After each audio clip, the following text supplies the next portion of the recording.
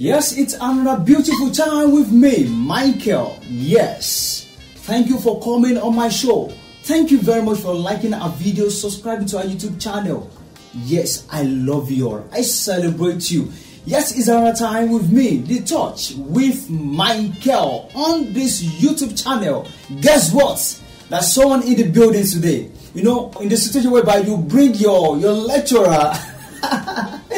You bring a lecturer to your show, you bring a teacher, you bring a pastor, you bring a mentor to your show today. See, you don't want to miss this show today. It's a big pleasure to have our pastor. I will call him pastor. Yes, my pastor. Pastor Mr. Alioman Offering. Thank you very much, sir, for coming on my show today. Thank you. It's a pleasure. Thank you. So please subscribing, keep liking, keep sharing. I trust God the video is going to be a blessing and other videos. So it's also a pleasure of mine to be in touch with Michael even today. Thank you. You see, it has been a long time. I'm like, when will I bring this man to my show? When? One time. But today, yes, you are so lucky to be here today. You are so lucky, as in you are so lucky to have someone like this. So today we are going straight to our topic for today. We are discussing about youth and technology in the 21st century. Youth and technology in the 21st century. We have a lot of questions here today. I would like us to go straight to our question. That is why he's here today, to give us blast on our topic. I believe you are so much ready for the topic, sir. Yes, I am. Very well. We can get to go. Yes. So the first question here today is, this person sent a question. He said, I know there's no business that is not profitable, because if we check online and search, we will find people that makes millions from this business, including hairdresser. But how can I be successful in any of this business I do in this hard economy? Oh, interesting. The person that asked the question must have been a very smart person and is interested in making money. As in, it's necessary to make money as young people. Okay, having had that, yes, of the truth, there is hardly any business you want to venture into that you won't have one or two persons already doing it. Now the question is, how can I also come into it and also make my own money from it? I'm going to give about 3 or 4 steps to consider in finding your own placement in regards to whatever business you want to do. The first thing I'm going to say is on the issue of purpose. Is on the issue of purpose. Be sure that this is what you want to do. You are not doing it because others are doing it. If not, at a certain time you might lose interest. It must be something that resonates with your purpose. Be sure it is what you love to do. You have an interest in it, because come it or like, a time will come when the expected money might not be generated from the business, but it is the pleasure and the interest of how you love that thing, you continue to do it.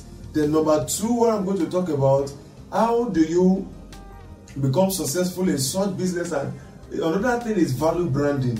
Value branding. Others are doing makeup, others are doing fashion designer. What can you do differently as also a fashion designer? Why will some person wants to leave other fashion designing shop and come to your own? Value branding. You can add some spices to your own shop. Yes, maybe the previous person, whenever he sews, he just puts it the way. You can pack your own differently, and you can put a note. Thank you, my esteemed customer, for patronizing me. That is value branding. You can find 1 or 2 things to spice it up. Oh, people come to your shop and they are waiting. You could put your shop in an order in which people want to always come. Your mirror setting, the setting of people in the shop alone, and sometimes when they come and you could have a way to refresh them. It might not be something too expensive, but you have a way to refresh them. Those are part of the value branding we are talking about. Find something exceptional that is different from what those other persons are not doing. Then add it to it.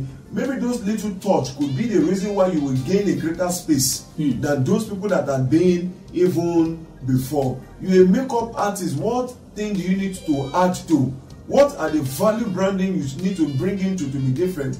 And I'm also going to talk about the issue of value system. Not only value branding, you must have what we call value system. Talks about lifestyle and character. I could remember yesterday, myself and my wife, we actually went for a shoot, and the lady that did the makeup, our initial plan was that she was only going to do the first makeup, but the bigger event we were planning for, that we would get somebody else. But I was surprised that my wife said, she would prefer the woman to come and do the bigger event. And I said, why? He said the woman is patient. Wow. He said she's just so patient. Even while she was saying, I want to eat, I want to pick my phone, the woman would say, it's okay, let me give you the phone. Oh, please eat. She was patient. So we also need what we call the value and virtue system. It is not enough to have value brandings. You must have some characteristics and virtues that people can see. And the reality is that most people are looking for people they can trust. Yes. How trustworthy are you? Your level of integrity. Customer comes to your place, they make a way, they have a balance from your hand. Will you be will you be so much sincere enough to return back their balances or their change to them? Customer come to your shop, they forget an item in your shop. Will you be so much? So we talk about integrity, we talk about humility, we talk about gentleness. All of those virtues are very, very important in sustaining customer in anything in which you are doing as a business person. Yes, everybody wants somebody that will be easily spoken to them, not somebody that is aggressive. You are patient with your customers. Even the way you talk, your level of communication with them, they see it and they're like, oh wow, this person is calm. Even when you try to, there are some people when you meet, maybe they are doing business and you price about 2-3 times, they will tell you, go to another place. Yes, go to another place, go to another place. But the more they are pricing, they say, it's your money. Any money you call is money. It's not easy. So such people want people they could relate easily with. You are not frowning your face. You are cheerful. It's part of the value system. You have a good value system that people who just want to come around you to buy. You are patient with everybody. Even your mannerism, the way you greet them, the way you... That is another thing you can do to find a space in that your own business in which other. And the last one is what I call the G factor. The G factor is the God factor. Having done all of this, you need God. That is it. Except you have some other thing you want to use to back up your business. I'm speaking now much more to those that are Christians and believers. If you are in a business or you are in the marketplace, if you don't have a thing you are tying to your waist, or there's something you are sleeping under in your pillow, if you're a child of God, you need a G factor because you are contending against people. And that is the reality. This is a market space. Some people don't want you to excel in that business. Even the little you are trying to achieve, they want to pull you down. And that is why you need God. And the Bible in the book of Proverbs, just like as I was introduced as a pastor, we need the guidelines of God. In Proverbs, the Bible said the ox is made ready for the day of battle. He said, but the safety is in the hands of God. It doesn't matter if you like, find the best economics or the best value brander that can help you. If God does not back your business, and that is why you need God. You need prayers, you need consistency and fellowship with God. When you have a good standing with God, you are trusting God, He will back you up. Yes, He gave us that promise in His word. He said He will bless the works of our hands. He says, see it thou a diligent man. So that is it. If you have a good standing with God, you need a G factor. We have many people that have good brain. They know how to plan business. But because there is an absence of God in their business, attack could come in any way. The reality is that those people living in the market with you, not all of them are happy with you. Some of them want to see the ruin of your business. They are saying, where did they come? So it is only when you have God, even if they are trying to do any wrong thing to afflict your business, you will find that God is going to stand by you and He will fight on your behalf.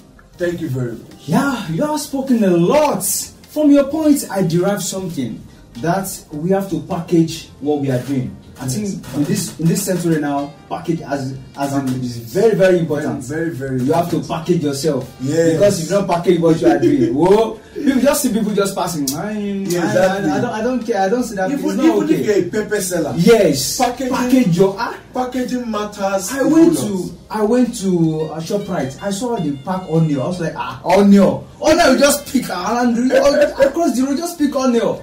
I was like, wow, I think packaging is very, very important in our 24th century. So the second question says, there's a general belief that the world is now a technology age. To me, technology is about coding and decoding. Please, I stand to be corrected.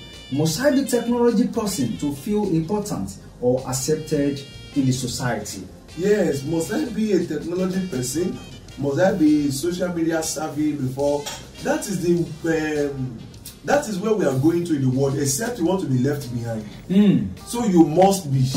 It's not a matter of whether I want to choose. That is where the world is going to, and you must tilt along where the world is going to. If not, you will become obsolete. There's nothing you are doing. I remember a story many years ago when when we were moving from typewriting to computer. Yes. So a particular office, the manager told them all of them to go and learn about computer on how to type, because some of them, especially the older ones, were saying no, it's a lie.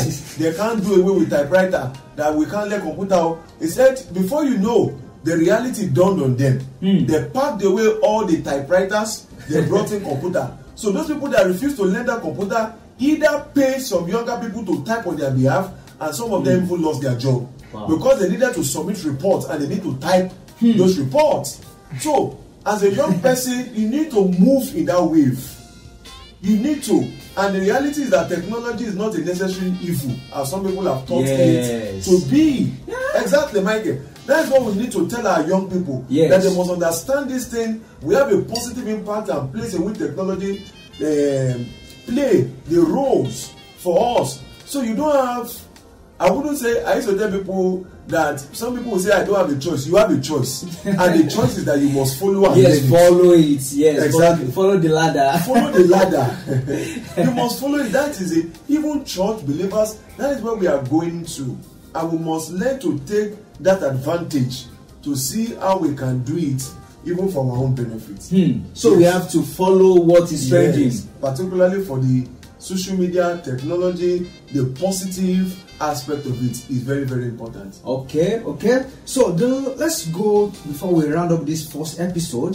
The last question here, it says, it is a belief that an individual should go to school, be a graduate before he or she can start earning money. Please, at what age can I start making money? Because I'm already tired of school or education. Please, there's no money to pay for handouts, projects, unprepared assignments, including feeding.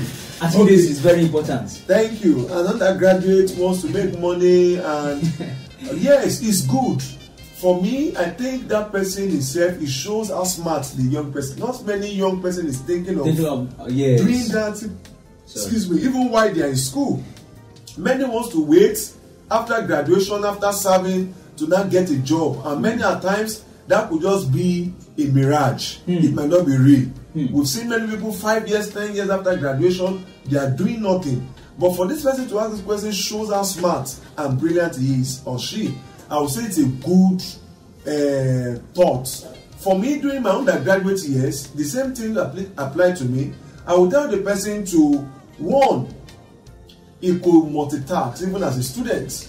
While you're a student, you could do some other things, some side hustles, but make sure it does not tamper and hinder with your education. While I was in my undergraduate days, I was going to school, and at first I started doing home lesson. I was doing home lesson. I was rendering personal home lesson service to some family around my school environment. So I was teaching their children in home lesson. I saw it was not taking too much of my time in the evening. I just go. After that, I found out that I couldn't go do, because I was going out of the campus and I wanted to stay within the campus. Yes. Okay. Then the next thing I now ventured into is typesetting. I began to type for students. I was typing term papers assignment, project, and I was making money. I was paying my own school fees. I was buying my handout. So, and there are services. If you could run services also within the school, you could also run some personal services for lecturers, and you can make money in that way. Just think outside the box. Look at what you can do. Yes, that will not affect your education, and yet you can still make money. You can do online business. You won't leave the confinement of even your room. Just find out people that want to sell items. Snap, put on your status. Yes, do online business. Get from this shop. Just place it online. Add your own fee. 500, 1,000, you make money. So there are many things you can do as a student. You can be a brand ambassador for some or two companies, and they are paying you. Yes. It means there's a lot of things in this 21st century that a youth, young one can do, can venture into without doing something illegal. Yes. And we are advancing day by day. So just make sure you go with the trend of what is happening in the society wherever you are. This is the first episode. Watch out for the second episode.